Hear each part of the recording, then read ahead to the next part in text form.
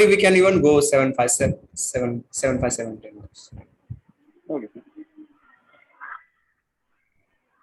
Yeah. Okay. Good evening, everyone, and a warm welcome to this 3-day session on ethics, which is based on Indian ethics. So we have 3 parts to this presentation. One is personal ethics, one is interpersonal, that is in relationships, and the third is ethics in leadership. And we would try to connect whatever points we are making to contemporary issues in the world, as well as to Indian epics, primarily the Ramayana and Mahabharata. Okay, so the outline for today is first I would have an introduction on what is ethics, etc. And then we would go on to the major part of today's discussion is handling conflict. Because when we say ethics, what prevents us or what challenges us from practicing ethics is conflict. So I'm sure all of you must be familiar about this term dharma sankat. Dharma sankat means it's used in the context that sankat is a difficulty, a conflict. Dharma sankat means a person who wants to practice some ethic in his life, he faces dharma sankat. Okay, so that is basically the main part of today's discussion, handling conflicts.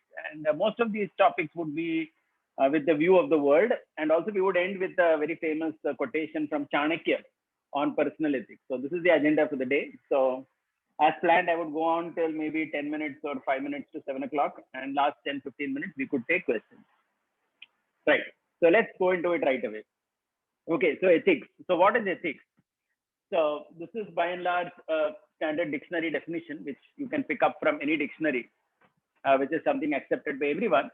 Moral principles that govern a person's behavior or the conducting of an activity. Okay, so this is basically called as ethics. Okay, that means behavior, person's behavior or conduction of an activity. There are certain moral principles that govern it. That's called as ethics.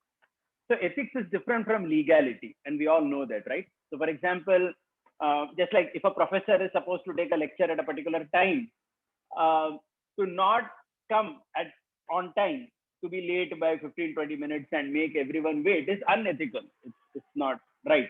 It's not the right thing to do, but it's not illegal, right? You couldn't put a police case on a person for that, but certainly it's unethical. Okay, so there are so many things we all know which are unethical, but may not be illegal. So it's like society looks down upon it, or society as in all of us, human beings, right? So we have certain standard, accepted codes of conduct, etc. So because ethics is society driven, religion also tends to play a big role in deciding certain ethics. Okay, so that's the next point that I want to talk on: legality versus ethics. So we know legal means anything. Legal means something that is enforced by the government, which is binding on everyone to follow. Correct. So ethics is not like that. It's a social-driven idea. Okay, so that's not really mandatory on everyone, but it is just that everyone is encouraged to follow that. But legal is something which is mandated by the government. Okay, so now I just want to bring your attention to this fact that in different countries in the world, people have had different approach to legality versus ethics, especially ethics that stem from religion or religious beliefs. Okay, so just to give an example, like if you look at the Arab world, by and large, whatever ethics that are born out of the religion that is the primary religion of the Islamic world, they have incorporated most of that in their legal framework, right? So if you, for example, let's take an extreme example of Saudi Arabia or something. So they have certain ethics in their religious society, like every woman must be covered and so on. So they have made it legal as well. Okay, so any woman who is found not covered is even legally punishable, right? So basically what they have done is everything that is ethics as decided by their society based on their religion, they have incorporated all of that into the legal framework. Make sense? Yeah. So just like in many countries, drinking is prohibited, or drugs are prohibited, so on and so forth. So that's how the Arab world is by and large. a lot of the religious ethics is all incorporated into the legal system. Now, if you go to the European world, they were also like this pretty much 500 years ago. But of late, it's not like that, right? We all know that it's very free, as in what is enforced in the legal system is only something criminal where you affect some other person in some particular way.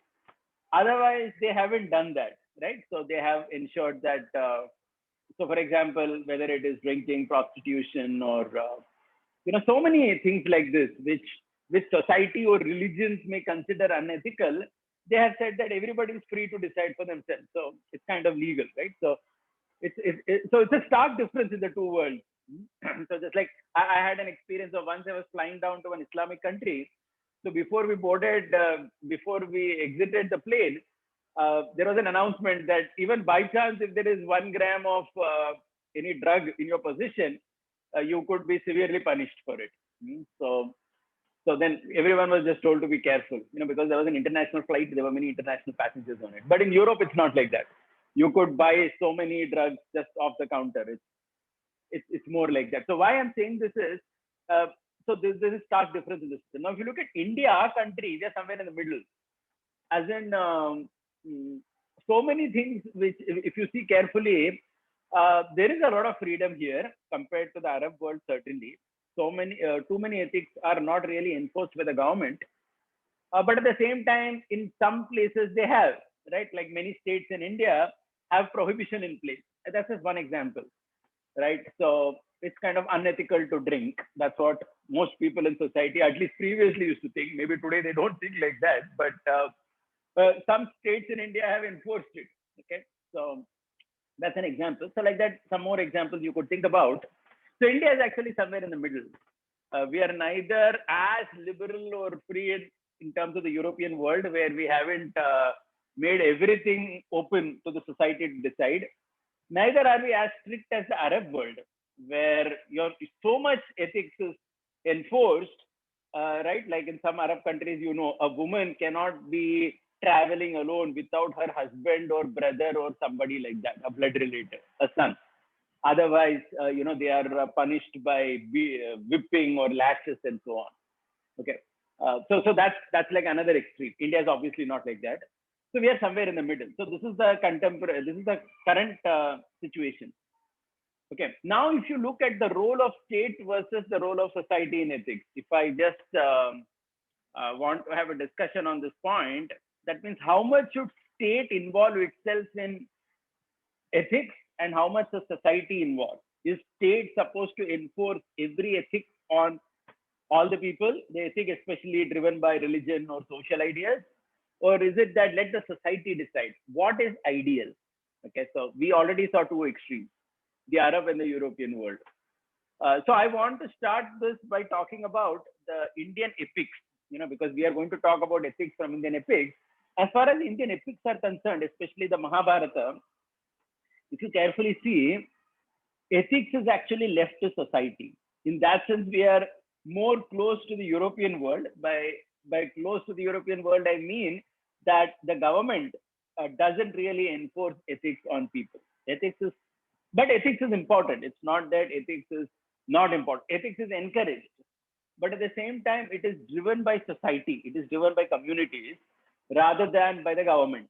Okay, so you will not see in the Mahabharata things like prohibition in place or etc. So you will see discussion about prostitutes being present even in Krishna's Dwaraka and so on. Though it is generally, one may say, unethical for a person to visit a prostitute, etc. But at the same time, the Mahabharata or Dwaraka has this picture that this is the society and the individual to realize it. Okay, but as long as they don't, they would need such facilities in place. Okay, so in that sense, the Mahabharata and Indian epics are truly very liberal in their view. They aren't that conservative, not at all like the Arab world of today, where everything is enforced by the king. Okay, so this is one important difference from where I would like to start today. Okay, and as I already said, over the next 3 days, we would talk about personal, interpersonal, and leadership ethics with reference to all this. Okay, so let's start. Let's jump into it. So whenever we say ethics, the question is, so as I already said, ethics is socially driven, family driven. Like, for example, every family would have its ethics, right? In terms of how to lead their life, how to eat their food, how to, how to celebrate their festivals, what kind of clothes they wear, how they keep their home, what is their lifestyle. So so it starts from individual, family, society, communities. Even religion plays a role, because religion is again a community that binds people together. So in this way, ethics are defined in society, and people accept it and go ahead. Okay. So the obvious first question is, because I want to keep my focus on this point, what are the challenges in following an ethic? So let's say somebody has decided some ethic, any ethic it may be. Okay, like I will always speak the truth. Okay, or I will be compassionate towards others. Whatever, some ethic or value system one wishes to follow in life.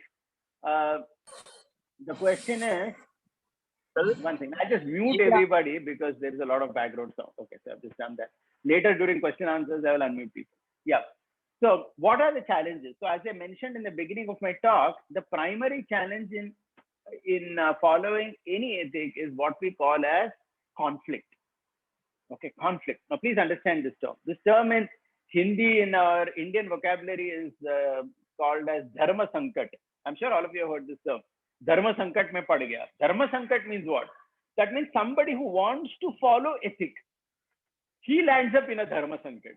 There's a person who doesn't want to follow the ethic, there is no dharma sankat only, because there is no dharma only.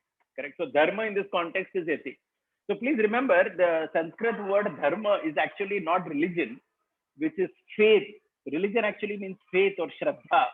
Okay, but dharma means dharma is more closer to ethics, because it's a particular lifestyle that we're talking about. So when we say dharma sankat, it means any person who wishes to follow ethics in life faces what is called as dharma sankat, where they wonder, is this the right thing to do or it is not? Because especially you may have decided to do something, but the situation may be such that you will be forced to do something else. So then you face a dharma sankat, a conflict within you. Okay. So that's where I want to start today's discussion. How do we handle conflicts? And for this, we will see several types of examples. Okay.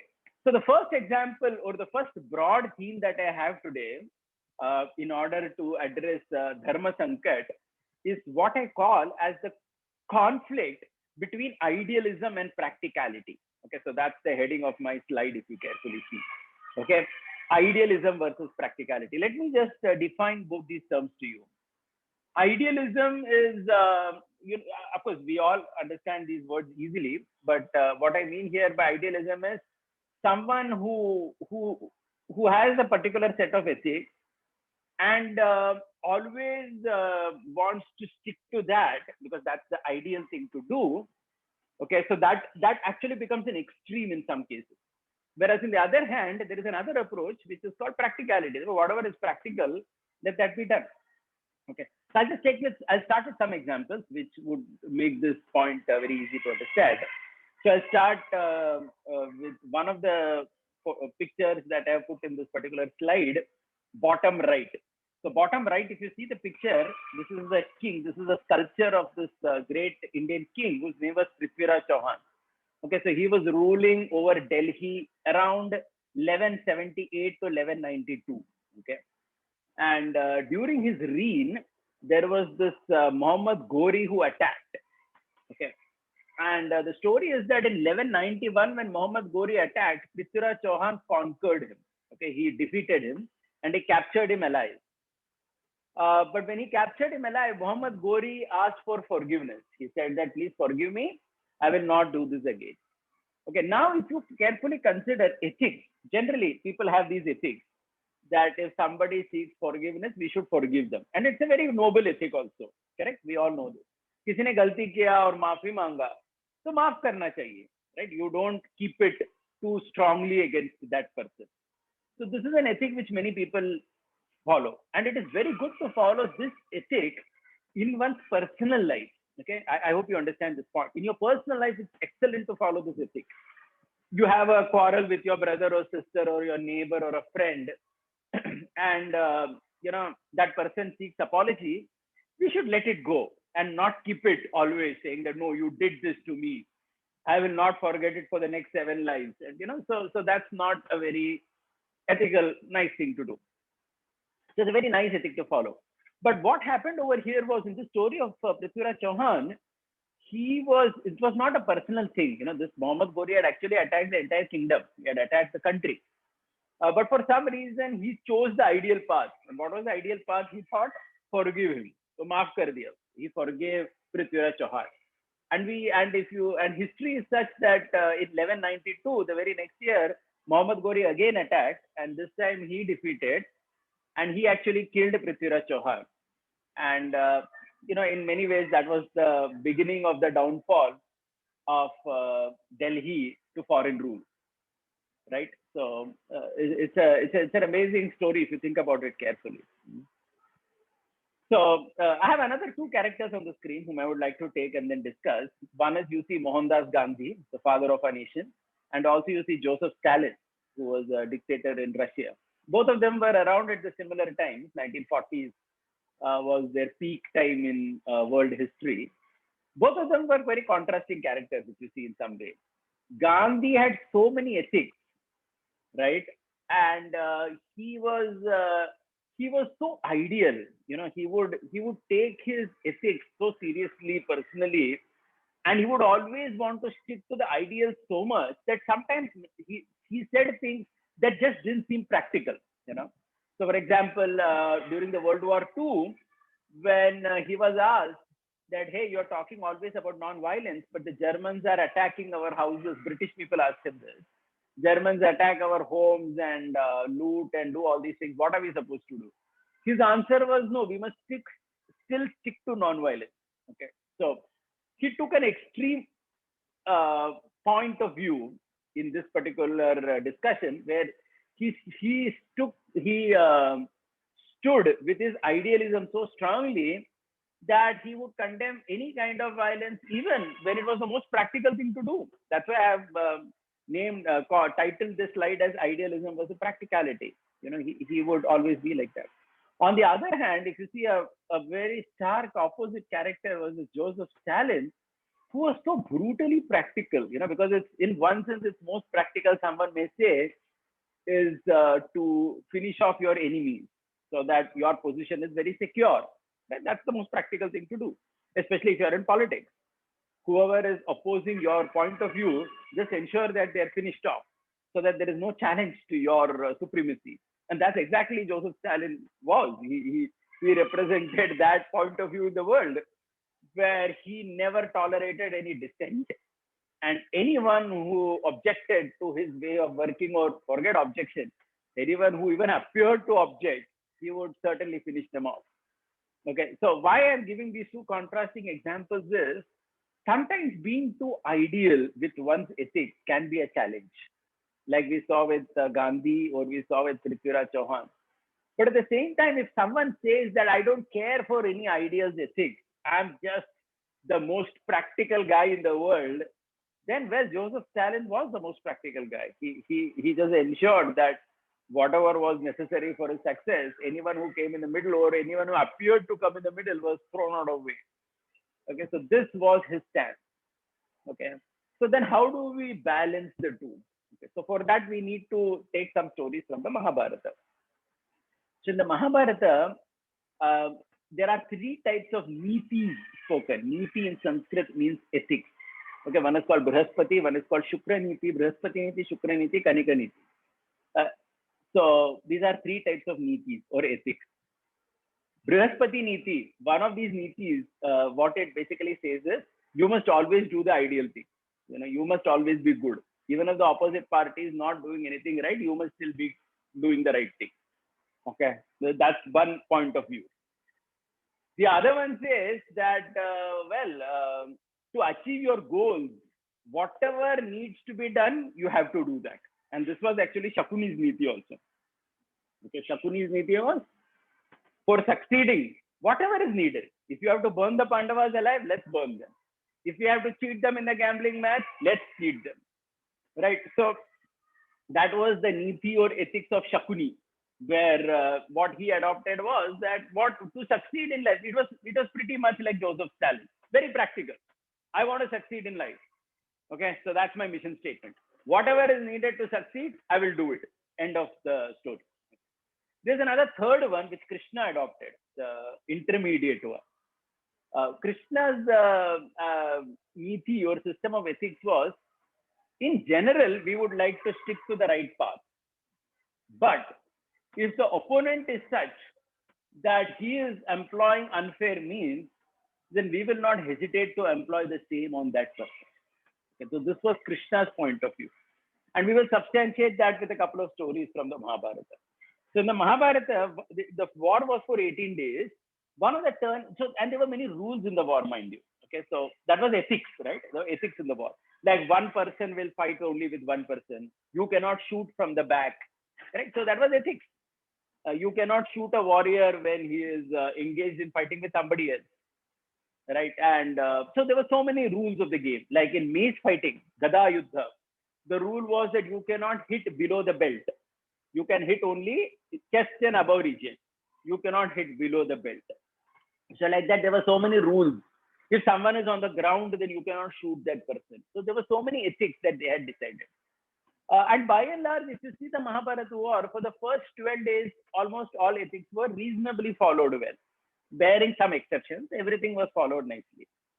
One of the turning points in the Mahabharata war is the killing of Abhimanyu. Okay, so some of you may know the story. Abhimanyu was a 16-year-old son of Arjun. And on the 12th or the 13th day, he exhibited such valor that he himself went into the formation called as Chakra Vyuha, and he started fighting single-handedly with all the leading Kaurava warriors. And he was fighting so nicely. It was an amazing fight that at one point the Kauravas realized that this fellow is getting the upper hand, though he's single and we are all several of us. And all the leaders of the Kaurava army were alive at that time. That is Drona, Karna, Duryodhan, Shakuni, Dushasan, and so on. All of them were there. So finally they came together and they decided that this fellow cannot be fought in a straight manner and won over. So we will have to cheat him and kill him. And eventually the 6 top warriors, they all came together. They gerawed Abhimanyu. Karna shot him from the back. And each of them, they attacked from all sides. And just like, some vultures would swoop on a prey, they all came together and killed the 16-year-old boy, where they broke all rules of the game. And this was the first time where all the rules were broken in such a gross manner. Okay. Until then, things were going well. So now in the Mahabharata, what happens is something very interesting happens. Almost all these characters who killed Abhimanyu in this way, Krishna ensured through the Pandavas that all those people also get killed by unfair means only. Okay. Here, somebody may raise an objection. Someone may say that, hey, you have certain ethics. If the other person is not following the ethics, isn't it your duty to still stick to the ethics? Okay.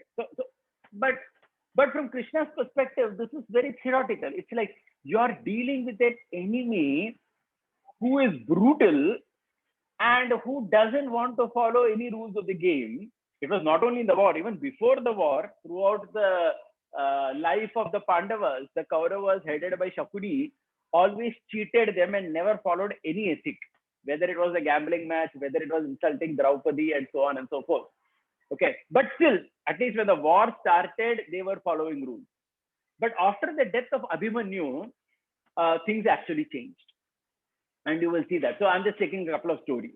The death of Karna. If you see the death of Karna, what happens is Karna is fighting with Arjuna one-on-one. And Karna's chariot gets stuck in the mud. And Karna gets down from his chariot to remove the chariot from the ground.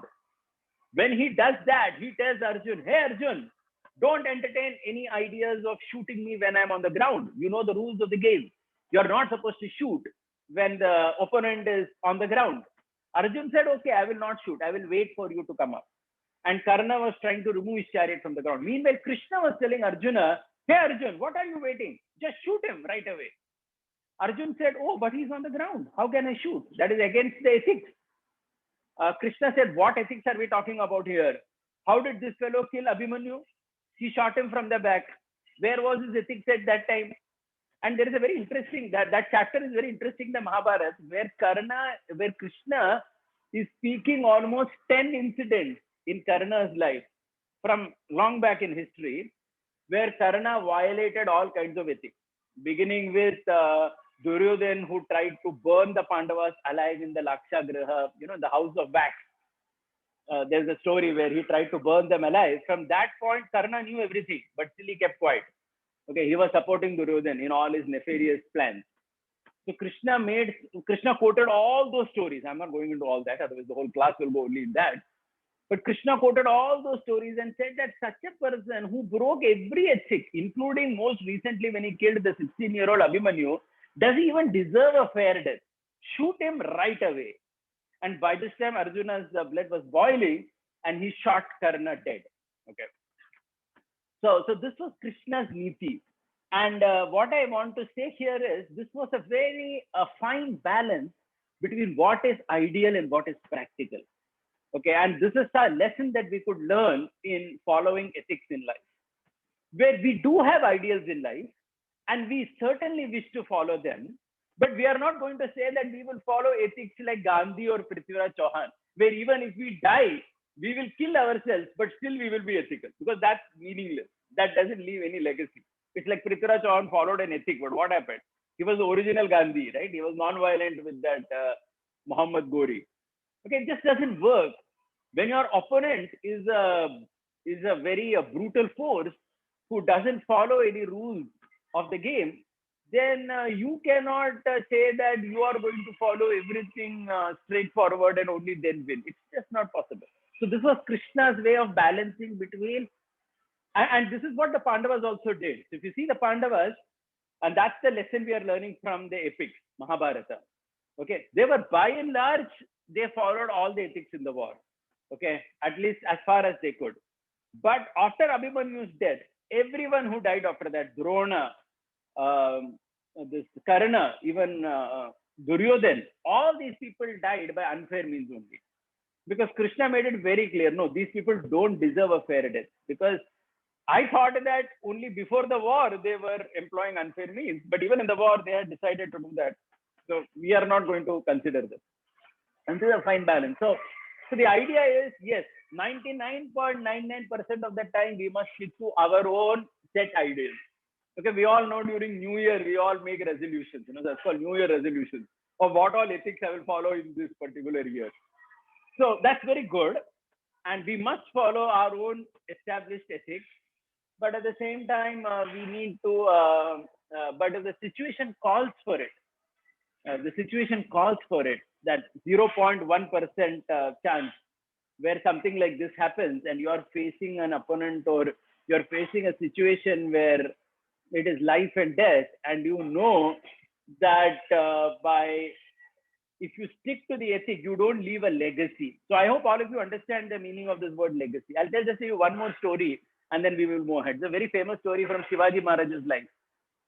So Shivaji Maharaj, during his tenure, there was this Sultanate whose name was, one Sultan General whose name was Ballol Khan, who had attacked. Okay, and there was one of Shivaji's lieutenants whose name was Pratap Rao Gujjar. He had actually captured Ballol Khan alive.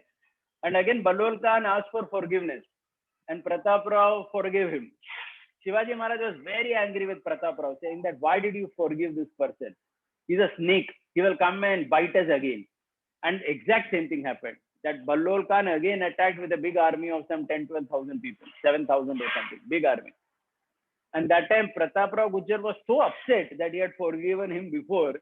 Along with 7 people, he just ran into the place of Ballol Khan. And there is a famous song of Lata Mangeshkar also. Vedat Marathe Veera Dhaudale Sata. So the 7 Marathas, they just went into, and they were all butchered, obviously, but at least they gave some fight. The point here is that ideals are certainly very good. 99% of the time we follow. But especially if you're facing a situation where the opponent is not at all a follower of dharma, and the opponent is completely, brutal, then one would have to think how to deal with that situation. Okay, so for this, we gave all these examples. And also, of course, there are some other slides here. The death of Duryodhan, I don't want to go into that because it's again very similar to Karna's story, where Bhima was having a mace fight with him, and ultimately Bhima killed Duryodhan by hitting him below the belt, which was against the rules, but it had to be done because that was the only way Duryodhan could be killed.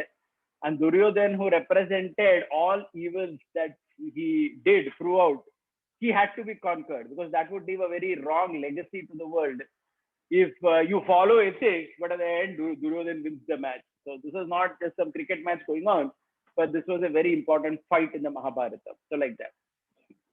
Okay. Yeah, there's just one more photo I would like to bring your attention to. I would not conclude on that. I would leave it as a topic for all of you to discuss, to think about. So there is this girl's photograph, if you see carefully, bottom left. Her name is Aradhana. So she was a 13-year-old girl in Hyderabad in 2016. And she followed that 68-day fast, which the Jains fast. So she was from a Jain family. So she fasted for 68 days. They have that particular period during the rainy season where they do this fast. So this girl fasted. And unfortunately, after she broke her fast in a couple of days, she passed away. Her young body could not handle it. There was a lot of uproar at that time because from the Jain perspective, it was ethical to fast like it, because that was their ethics. Especially driven by the religious thought that one must fast.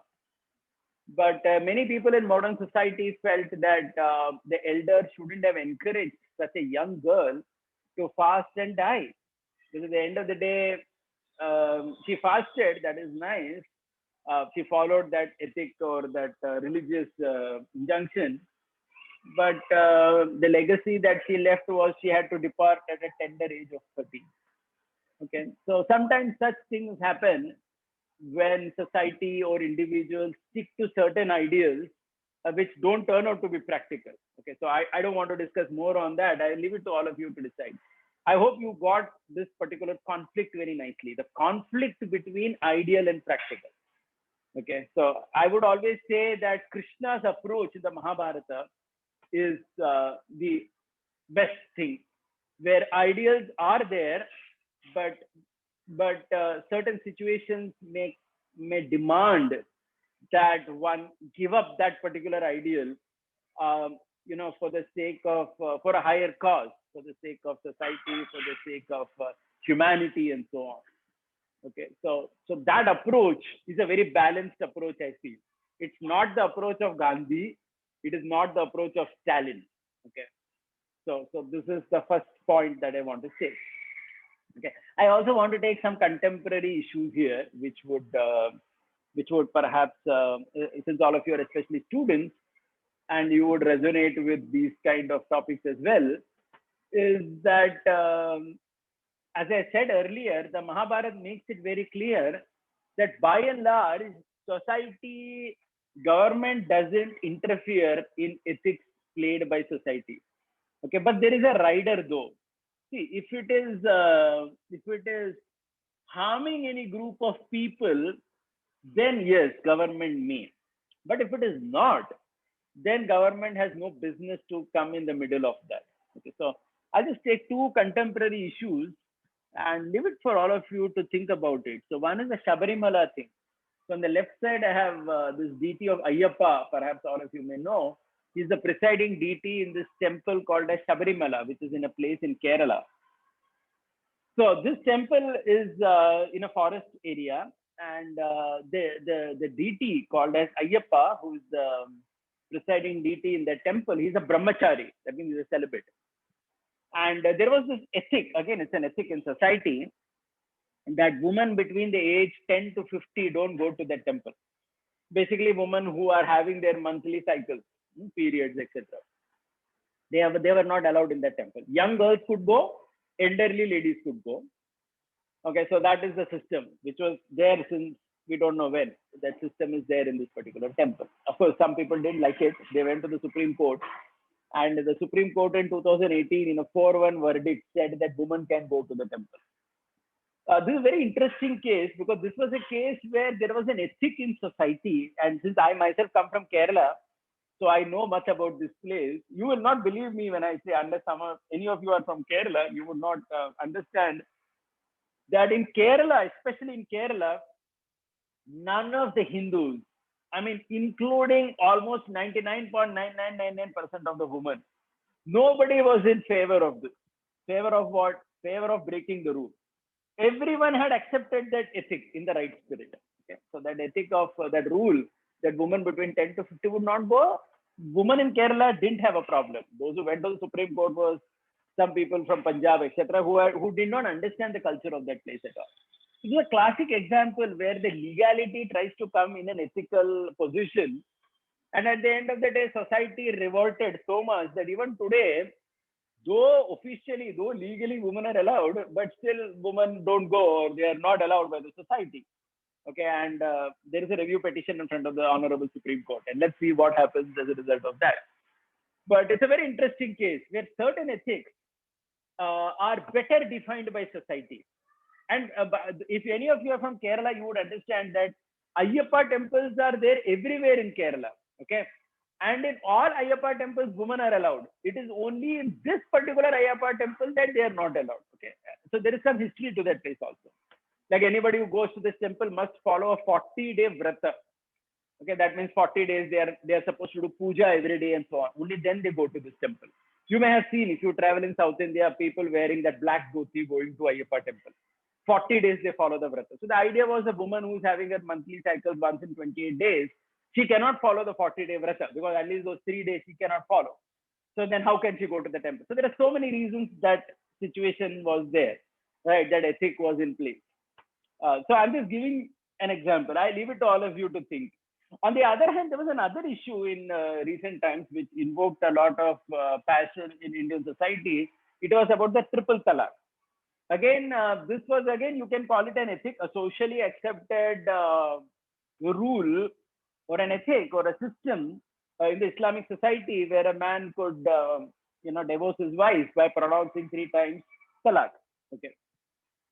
And we know that, again, now one may say, okay, this is also socially decided, but why did the government come in the middle? Well, the government thought they need to come in the middle because unlike in the Ayyappa case where nobody was affected because of that, okay, because there were anyway hundreds of Ayyappa temples you can go. You're not stopped. It was only that one temple where that issue was there. And in any case, if you don't go to just one temple in the world with millions of temples in India, it really doesn't harm anybody or anything. Of course, those who put the case, they said that no, it is a woman's right, constitutional right, which we are not getting and so on. However, in the triple talaq thing, though it was a ethic that was accepted in the Islamic code of conduct, the challenge here was that there were some women who were getting affected by it, right? So they were getting affected by it. So this was struck down by the government, and we know that this also had a lot of response. So I'm just giving you examples in the modern times where ethics, especially driven out of religious beliefs, when the government comes in the middle, what happens to it? And I leave it to all of you to think about this topic a little more deeply to understand the point here. Okay.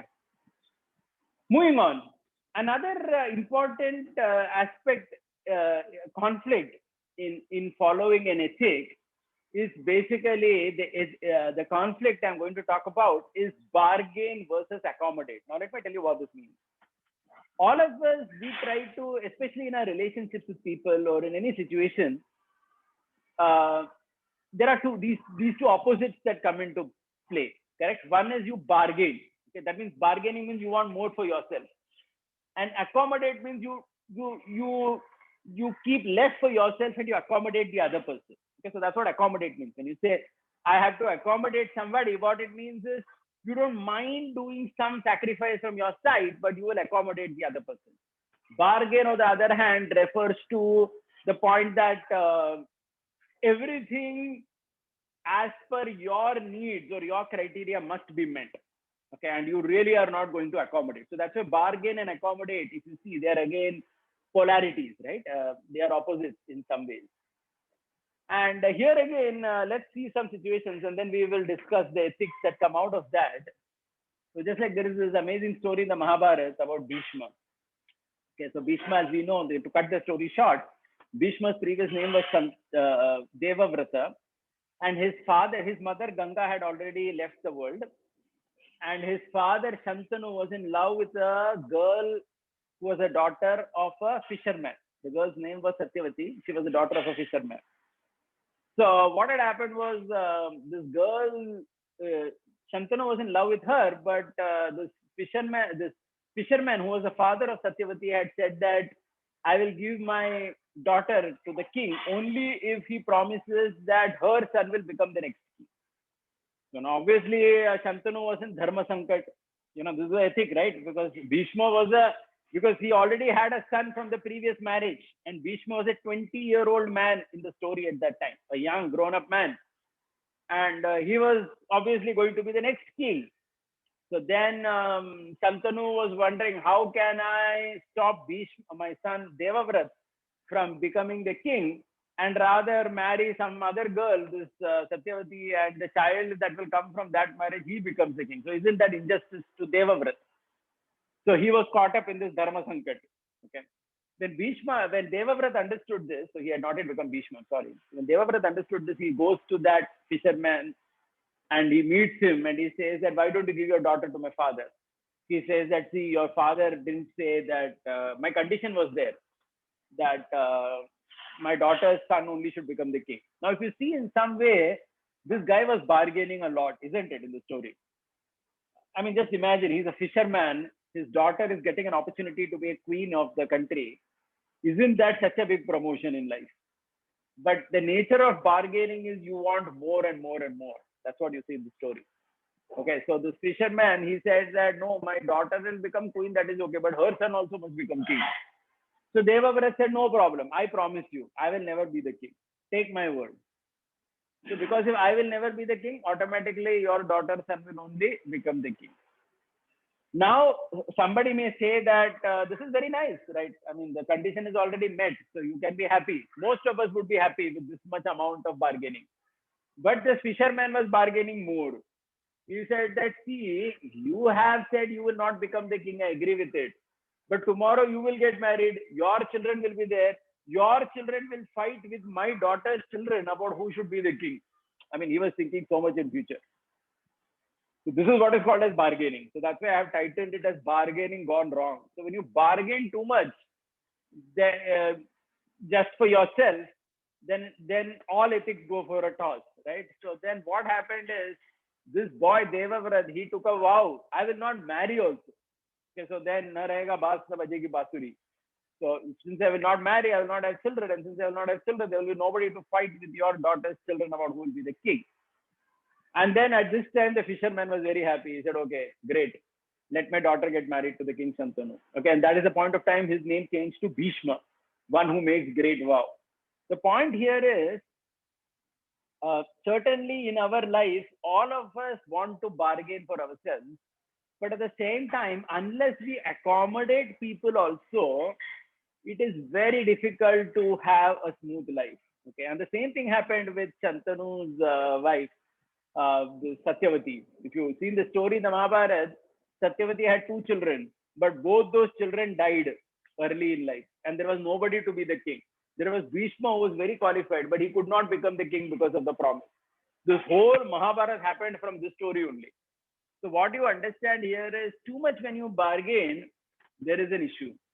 Okay, and it really challenges one's functioning as well. So, I'm also quoting this particular point that in today's society, by and large, we also bargain a lot in our relationship. And hence, if you carefully see, this is one theme we will explore tomorrow as well, that living together with human beings, especially in a family, is becoming more and more a challenge for people. If you see the picture down, bottom left, it is a family photograph of one family in Pune 100 years ago in 1920. This is a joint family. So many people staying together under one roof, which is typically called in Pune language as Vada. So many people would stay together, right? Now, when so many people stay together, certainly they need to accommodate each other, correct? Accommodation is more, bargaining is less. When 30 people stay under one roof, you need to accommodate each other. Okay, the bargain is less, but as a result of that ethic, what happens, that value system, it's a value system, right? Ethic is nothing but a value system. So that value system of adjusting with people, it has some benefits also, which we don't think about. Okay. So in order to showcase that, I have the next photograph. Okay. If you see this particular photo in the middle, uh, bottom, you will see an advertisement of a psychiatrist in America. So in America, psychiatrists earn a lot of money. So if you see, what you see is an advertisement. You see the title there. Finally, someone who understands, Center for Problem Solving Therapy. So it's an advertisement of a psychiatrist, because in the Western world, increasingly, because of individuals bargaining too much in relationship, you end up alone in life.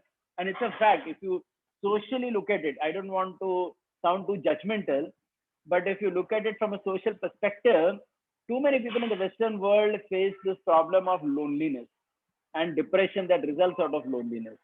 Because why this happens? Because you don't have the ethic of accommodating and living together with people. Because when you have to live together with people, you have to sacrifice a little bit also. Correct. If you have to live with a big, nice family, forget living with 30 people. Nowadays, even for a husband and wife to live together entire life becomes a challenge. Correct. Like in many Western countries, Luxembourg, if you take, their divorce rate is 82%. Okay, it's one of the most sophisticated countries in Europe with the highest per capita income, but their divorce rate is 82%. So basically, there is so much of bargaining for oneself that there is absolutely no ethic of accommodation. So I do agree that. So there is a conflict. I'll tell you why there is a conflict here. Please try to understand. The conflict here is we cannot accommodate so much that our interests are also not taken care. Okay, so life is certainly somewhere in the middle, okay, of bargaining and accommodating. That is the ideal ethic, where there is something for you in that, but at the same time, you're also sacrificing. It cannot be that everything is on your own terms and conditions, and everything is stacked against the other person. Then it doesn't run for long. And I would say that this is the fundamental reason why in the Western world, uh, so many divorces happen, or so many people eventually, the only person they get to speak is a psychiatrist by paying money. Okay, and this is very prevalent in the Western world today, where you pay somebody and allow that person to hear your whole life. Now imagine in this joint family of 30 people, I'm sure that they may have had many problems, including standing in the line to go to the bathroom or whatever, but they certainly didn't have this problem. Because when you're living with 30 people, certainly somebody will understand you. The challenge only does not come. Okay, so this is what I want to say, that ethics are such that there is a fine balance. There has to be something for you in it, but at the same time, everything just cannot be stacked only in your favor. That is like the Satyavati's father, that fisherman, who bargained so much for her daughter that ultimately her daughter only was in trouble because of that. Correct?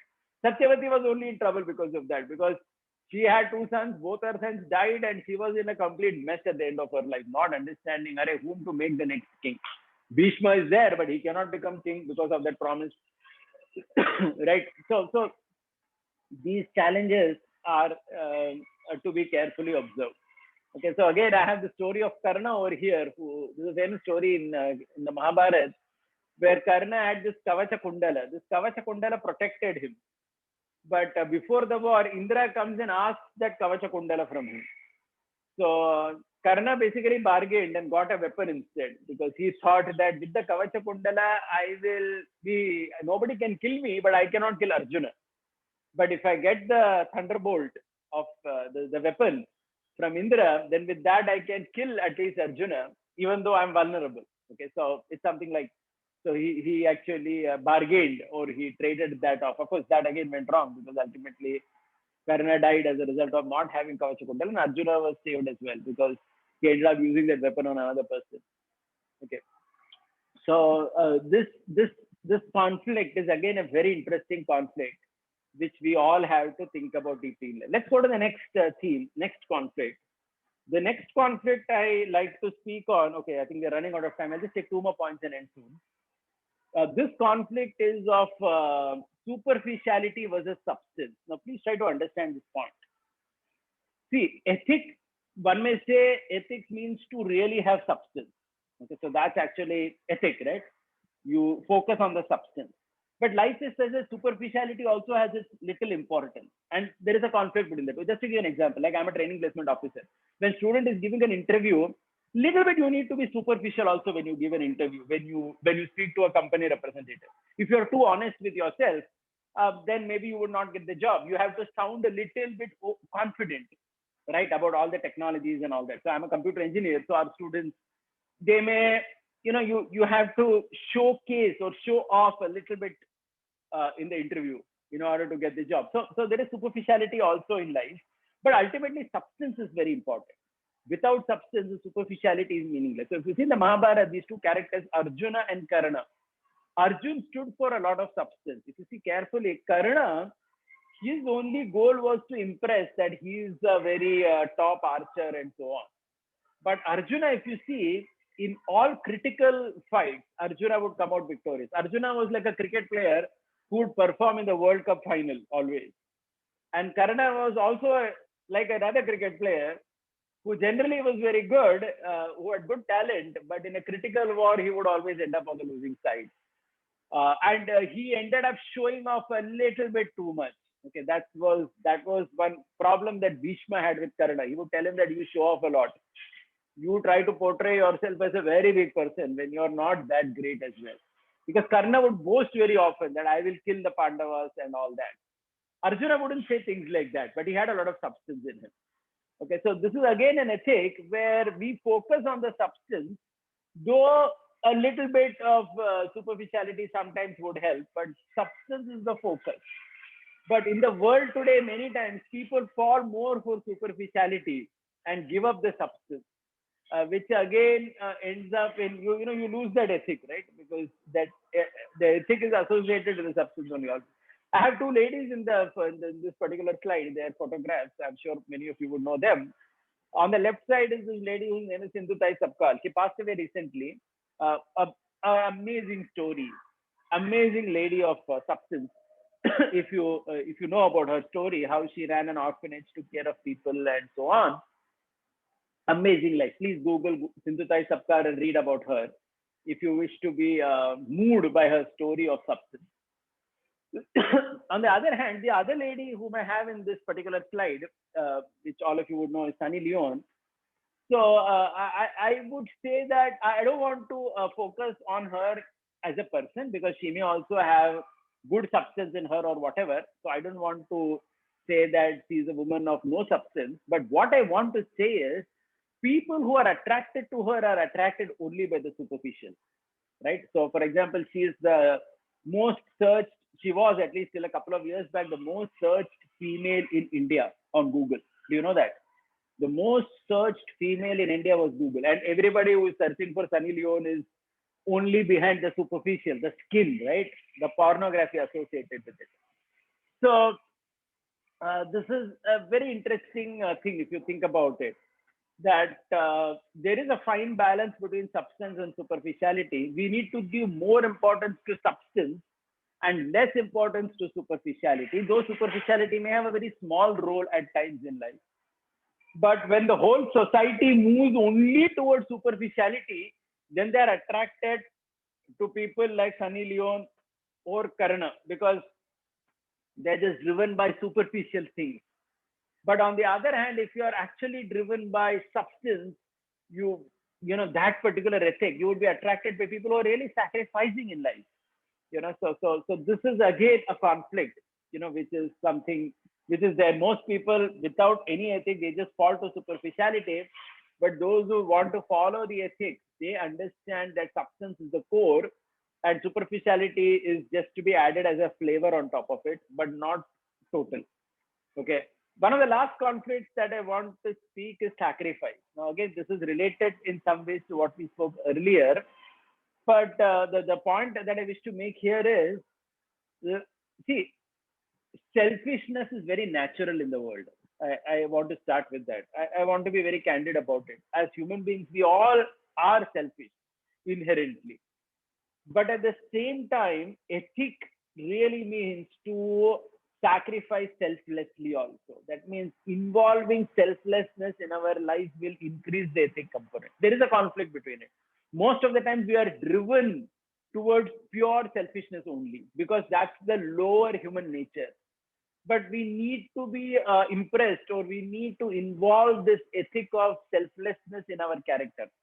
In the Ramayana, you see these two characters. One is Maricha and one is Jatayu. If you see Maricha also died, Jatayu also died. But the difference is Maricha died selfishly. When Ravan told Marich that you assume the form of the deer and you take Ram away into the forest so that I can kidnap Sita, Marich initially said that I am going to die at the hand of Ram. Ravan said, I will kill you. So then Marich said, it's better to die at the hand of Ram than die at your hands. And then he went. So this whole idea that it is better to die at the hand of Ram than die at the hand of Ravan was a very selfish thought, because he was thinking that dying at the hand of Ram is superior. No, it's not like that. You sacrificed your life anyway. You are anyway going to die. But you have sacrificed very selfishly because you have caused a big problem where Sita has been abducted by Ravan, and the whole thing happens as a result of that. On the other hand, if you see somebody like Jatayu, he sacrificed selflessly. He gave up his life to protect Sita. He was killed by Ravan. Ram was not even there at that time, right? So what I want to say that in life there is always this challenge, this conflict between selfishness and selflessness. Again, we are all selfish, and there are things that should be there for us. Because I would also be a hypocrite to say that selfishness plays no role in our life at all. But at the same time, selflessness should also be a guiding ethic in one's life. Otherwise, we will just fall over to the other side totally. Okay, so just like a terrorist who kills himself by blasting his, like recently, a couple of days back, there was one guy who went into a Shia mosque in Pakistan and he blasted himself and some 45 people died. He was a Sunni Muslim. He thought that I will kill the Shias, then, I will get liberation as a result of that. Okay, so many of these terrorist guys think like that. They think that by sacrificing their life selfishly, they are going to get Jannat, the kingdom of God. But this is a very, very selfish idea, and certainly no sane man would believe that they are going to attain the God or anything as a result of that. On the other hand, someone like a teacher, a warrior, someone who is really working hard in society for the sake of others and literally sacrificing, putting their whole life as a sacrifice. You see some of the people who received Padma Shri Award this year in India. Okay, the current government, they have changed Padma Awards a lot. Some of you would know that, right? They are giving Padma Awards to simple people in India who have done a lot of sacrifice in their life. And if you see their lives, it's very, very inspiring, many of them. There was this one person in Delhi, Sikh person, who was doing the final rites for most people during the COVID time. Okay, single-handedly he was doing that. Of course, he had some people with him, but he was really putting his life at risk and doing it. So it's a very selfless sacrifice. And that's an ethic that we would like to see. Though as a human being, we are all tempted to be selfish. So I'm just concluding by recapping what we discussed. I started discussing, mind you, the difference between ethic and legality. I said ethic is something which society drives it, right? It's a set of rules defined by society. And society is obviously influenced by religion as well. Legal is something enforced by government. I said the situation, for example, in Gulf, in Muslim countries, in many of the Islamic countries versus the European world versus India, right? How in some countries, all their ethics, they have made it legal. In some European countries, they have done away with all ethics itself. And India is somewhere in the middle. I told you the Mahabharata perspective. That the Mahabharata perspective is that the administration doesn't go into ethics. The society only drives it. Okay. Then we said that to follow ethics, the challenge is what we called as Dharma Sankat. Dharma Sankat means conflict. And I spent a lot of time on this conflict between idealism and practicality. Okay. So generally we want to be ideal, but not so ideal like Gandhi or like Prithviraj Chauhan. No, that is too much. That idealism is self-defeating. Okay, we saw the idealism of Krishna.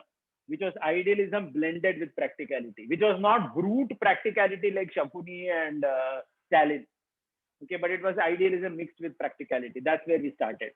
Then we saw two examples of Shabarimala and triple talaq to say how in modern societies dealing with the challenges of ethics driven by religious systems vis-a-vis courts and government interfering in it. And we discussed something on that. Then I spoke about bargain and accommodate. I said that that everyone needs something in life. So that's the bargaining part. But if you bargain so much, then a person sometimes bargains so much that he loses all the other people, and then it actually becomes very unethical. And that's exactly what happened with that father of Satyavati, who bargained so much that he actually put everybody in trouble as a result of that, and that was quite unethical what he did. Okay, and we also discussed how family structure, how, for example, in India people lived in the past vis-a-vis how in modern Western world, especially, how the tendency to bargain is so much and there is so less desire to accommodate, you end up being alone and you have to, the only person you have is a psychiatrist. And they also finally discussed about superficiality having some role in life, like I said, when you're giving an interview, but at the same time, you must have substance. Without substance, just faking it out in an interview doesn't help you. Okay, so I said that you need to be really impressed by good people who are having substance. I gave an example of someone like Jindutai Tapkal or some many people in modern times who got Padma Shri who really sacrificed their life very selflessly and not selfishly. Though the tendency is there in human beings to be selfish, but selfless should be the driving ethic in our life. I wish to just conclude by this amazing verse by Chanakya on personal ethics. I'm just reading it and then stopping. Chanakya said, Matravat paradareshu paradravyeshu loshtravat atmavat sarva bhuteshu yappashyati sapanditah.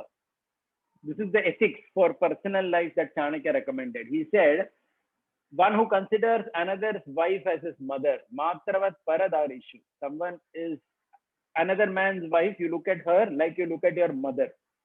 Paradravyeshu loshtravat. You look at others' wealth as loshtravat means like stone. Atmavat sarva bhuteshu.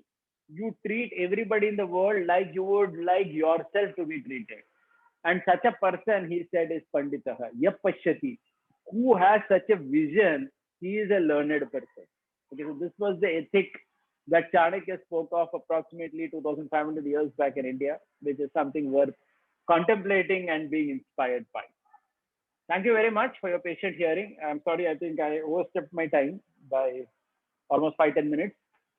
Any questions or comments? Either on chat or if somebody wants to raise hand. If someone raises their hand, I can unmute them. I think there is facility to raise hand. Yeah, there is. Yeah, there is chat also. In fact, I have even enabled unmuting. So, okay. So, anybody with any questions or comments? Any student has any question? I had one question otherwise. Yeah, please go ahead. You hear the story of Chaitanya Charitamrita. We hear the story of lady, like her husband was her husband. He got leprosy, and then again he wanted to go to prostitute, and still till the end, actually, that lady was helping him, and right. Although he was kind of cheating, or he was open, but it was not that ethical for that person to, all the wife is serving so much. But till extreme she followed rather than giving it up. So how do I understand this? Okay. So first of all, that story in Chaitanya Charitamrita is not to say that every lady should be like that, but that story is to show the love of Radharani for Krishna. See, we should not forget the focus in the story. The focus in the story is that how Radharani will serve Krishna even to the extent of getting a rival gopi to serve him. Okay, it's for that particular story is shown. That story obviously is, it's not even given as an ideal standard where every woman is expected to do this much. That's too much to expect. Though, yes, that woman did that for her husband. Her husband wanted to go to a prostitute. She enabled that. But that is not a standard expectation. As in, that's not what we are expecting from people, because in the real world, in any relationship, there must be something for both people. If there is nothing for a person, then it's very difficult to see how that relationship will go ahead well. So my point is that you know faithfulness and so many other things are very important in a relationship. So I would say that the focus of the story is something different totally. That's the point. Does that make sense? Yes, yes. Any other student has any question? One other question. Anybody with any comment, any challenge on what we just discussed? Almost 65 of you have been hearing, so I'm not sure if.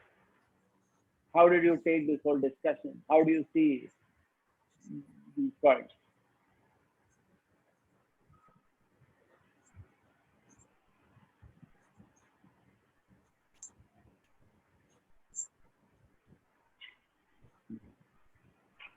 And no doubts, no questions, no points. You want to repeat anything?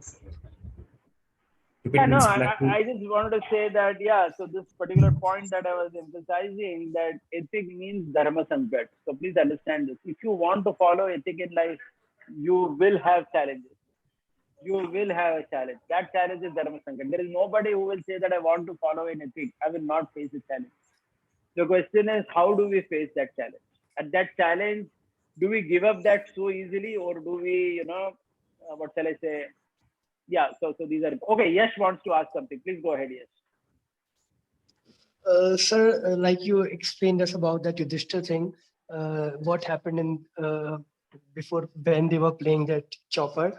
So, according to you, I just wanted to ask you: was that decision of Yudhishthir to continue playing even after losing first his brothers, then his or each and everything, his land and everything? Then too, he was sitting there just because he was following the ethics. But according to Krishna, when Shri Krishna ji, when he was given that Gita Gyan, he told that once you find that according to yourself, you made up your own mind that this is the ethics, but according to the real ethics in ethic world, this is wrong.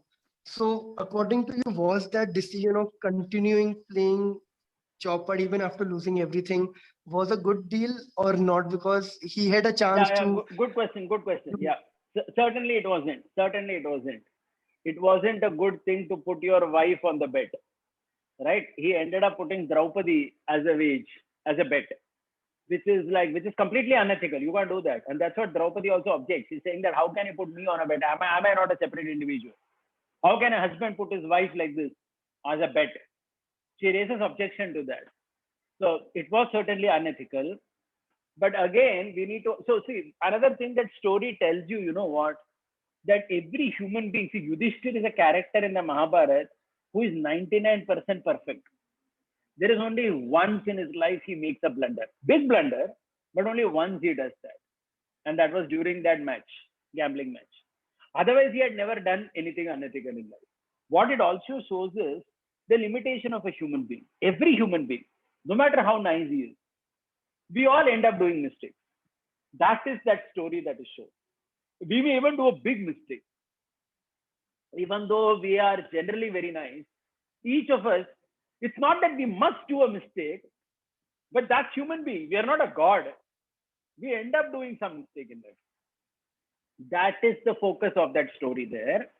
Certainly, it is not accepted. Krishna didn't accept it. When Krishna later met the Pandavas in the forest, he told her, how could you do this? I was not there in Hastinapur. Krishna told Draupadi, I had stopped all this nonsense long back. So basically, it was certainly unethical. There was no question of putting the wife as a bet being ethical or anything like that. But yeah, that is life. That's human being. And Yudhishthir learned from it. And he never did any mistake again. So why this is also important to understand is we cannot say that because Yudhishthir did a mistake, he's as wrong as Duryodhan. No, you cannot do that. Duryodhan was 99% wrong only, always. He hardly had anything which was reasonable in his character. Okay, so we need to make that comparison as well. Does that make sense? Yes. Yes, sir, it does. I got it. But just one last thing. Putting Draupadi on it was a wrong decision, but putting his brothers, was that too also wrong or right? Because his brother No, yeah, that was wrong. That was not accepted because the whole idea that the Draupadi raises objection to it. If you have lost yourself, how can you put another person? He's a separate person, na? Just because he's your brother, Yes, sir. wife, see, that relationship is there, younger brother, wife, whatever. But you don't own people. Nobody is your slave to put on bet like that. So, I mean, the younger brothers out of culture, they did not do anything. They were respectful to their elder brother, but that didn't mean that he could. So that part was certainly not accepted by and large. Is that okay? Got it, sir. Thank you. Yeah, welcome, welcome. Any other question? Anybody else? I mean, I'm sure you would have something. You can just open up and ask. Come on. I think all of you are young people here, right? All are students or whatever. So you would have something cooking up in your own system based on a discussion. Did it seem reasonable, whatever we spoke, or was it too fantastic? Or... Sir, can I ask one more thing? Yeah, go ahead. Yeah. Anyway, If somebody else has, otherwise, yes. Should we? Okay. No, nobody's Anybody there. want- Okay, yes, can go ahead. Yes, can Yes. go ahead. Okay.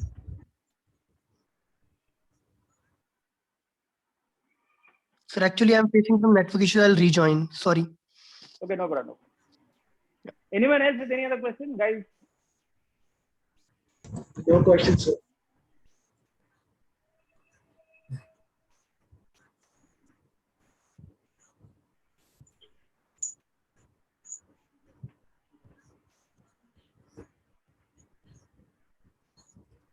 Sir, am I audible? Yeah, you are. Sir, there is one question which I have been seeking to answer. Like Ramji said, कि कुछ भी हो जाए but अपना वचन नहीं तोड़ना चाहिए. And Krishna ji said that if that vachan is stopping you from doing anything, you can break the vachan. Now, this is a very big conflict in my mind because Ramji बोलते हैं कि वचन तोड़ दो, and Krishna ji says, Ramji बोलते हैं वचन नहीं तोड़ो चाहे जान चले जाए, प्राण चले जाए. And Krishna ji says कि वचन तोड़ दो अगर वो आपको बांध रहा है. So I don't understand this conflict. Yeah. Hitting my Yeah, very good, very good. Yeah, good question. Yes. See, try to understand. You know who can follow that ethic of Ram? You can follow the ethic of Ram if you have the power of Ram. I'll give you an example. When Ram fought with Ravan, Ram's ethic was किसी को भी दो chance देना चाहिए सुधरने के लिए. So when Ram fought against Ravan on the first day, he defeated him, but he let him go. He said that go today and come tomorrow, and we will resume the fight. Think about it. Do you really want to fight with me? So Ram had all these ethics in life. But the part of Ram is that he had the power also to handle the consequence of that ethic. Are you understanding the point? Ram would forgive someone like Ravan or Marich. Later, next day, again, Ravan would come or Marich would come. Ram would manage to kill him. Are you understanding the point? But as human beings, you may want to follow that ethic of Ram, but you may not have the power of Ram. So, for example, Prithviraj Chauhan forgave Muhammad Ghori, one may say, but Prithviraj Chauhan did not have that strength that next time Muhammad Ghori will attack also, he will defeat him. Are you understanding? Pratap Rao Gujjar forgave Ballol Khan, but Pratap Rao Gujjar did not have the power to ensure that Ballol Khan is defeated the second time he attacked. Eventually, Pratap Rao Gujjar had to sacrifice his life. So that is why Krishna's policy is more applicable or relevant to common people like you and me, or even to big people like Prithviraj Chauhan or Pratap Rao Gujjar. Are you understanding? Ram's policy is good if somebody has such a strength in his personality also that he can handle the consequence of that ethic. So that is something. It's a very ideal example, but it couldn't be imitated by people. But Krishna's example is more practical, so to speak. I hope that is clear, Yash. Yes, sir. Thank you. Welcome. There was someone else who raised their hand. Yeah. Sir, Ashutosh, yeah, go as you ahead. have, Yeah. sir, as you have said, Sri Ram's example are not for like our like normal people like us, and Lord Krishna's example are Yeah. for us. So, sir, is like reading Gita, the holy book, and reading Ramayana is these are the two holy scripts of our of anything. So, sir, it is good to which to follow, sir. Like I am now confused. Ki we No, have to okay. follow the Yeah, teachings of. I'll clarify. Thanks for asking that. See, why I didn't mean that Ram doesn't have to be followed at all. What I meant is that particular ethic. See, he was speaking from Tulsidas, our Yash. Tulsidas says ना प्राण जाए पर वचन न जाए रघुकुल कीर्ति सदा रघुकुल रीति सदा चली आई प्राण जाए पर वचन न जाए correct. So he was quoting from that Ram had some ideals in life, correct, certain types of ethics in life. See, by and large, Ram's example in some ways at a personal level it is more applicable to humans. Now it seems I'm contradicting myself, but I'll clarify. Because Ram's example of one wife, Ekapatni Vrata, Ram's example of how to deal with your brothers, how to deal with your father, your mother, your kingdom, everything was very, very ideal. It was like Ram's example was super ideal in every situation. It's the best thing to abide by. Okay, 99% of times in our life. But that 1% time will happen in your life where that Krishna's example, which is there, na, कि टेढ़ी उंगली से घी निकालो, so that becomes relevant. That's exactly the point I'm saying. See, Krishna and Ram both are having that very good importance. Now, as far as Gita is concerned, that is completely different. In fact, that way, let me tell you, Krishna's personal life we cannot imitate also. Krishna married so many queens and this and that none of us can imitate. That way, Ram's, but then that Ram's idealism, which was like exhibited 100% of the time, that cannot be followed by us. So I hope the point is clear, right? So Ram's example is by and large applicable to human beings because he's Maryada Purushottam. But that idealism which 100% he exhibited is very difficult for normal people to follow because of reasons I mentioned. Because you don't have the power to handle it. So then that time Krishna's example becomes very relevant. So in the end, both of them have their own place in our lives. And Gita certainly is a book of life.